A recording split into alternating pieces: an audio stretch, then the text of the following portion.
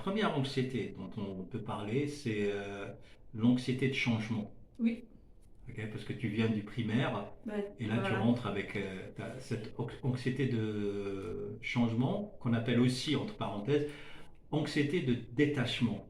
Et que tu sais que tu dois prendre soin de toi-même. Oui. Il y a ça. Il y a la deuxième, c'est l'anxiété d'acceptance. Mm. Parce qu'on ne sait pas si on va arriver, tout est nouveau. Tout est nouveau. Bah, c'est ça, il y a certains de tes amis quand même, mais comme c'est toutes les écoles qui se regroupent Ouais. dans un collège, il y a plein de gens qu'on ne connaît pas.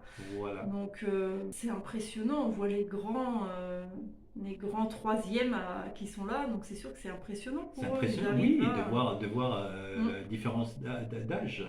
Et, mais il a, petit à petit, on le rassurait, on lui disait, t'inquiète pas, ça va venir, Mm. laisse avec le temps, tu vas te retrouver. Et là, il en a 6 ou 7 amis Ouais, à c'est bien. à la fin de l'année, mais ils se sentent plus à l'aise. Il y a aussi l'anxiété des notes, ok, l'anxiété de l'examen Mhm.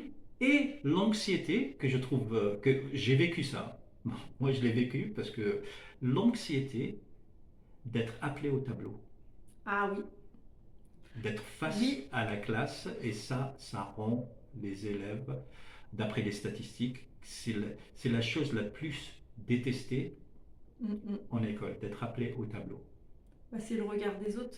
C'est le Peur qu'on se regard. moque, peur. Un, c'est le regard. Ouais. Deux, est-ce que je sais ou je ne sais pas? Mm. Ce qui répondre à la question qu'il m'a demandé. Est-ce que je vais réussir? Oui. Et ainsi de suite. Et l'anxiété de remise de notes. Mm. Quand les enfants savent qu'ils vont recevoir leurs notes, là c'est l'anxiété.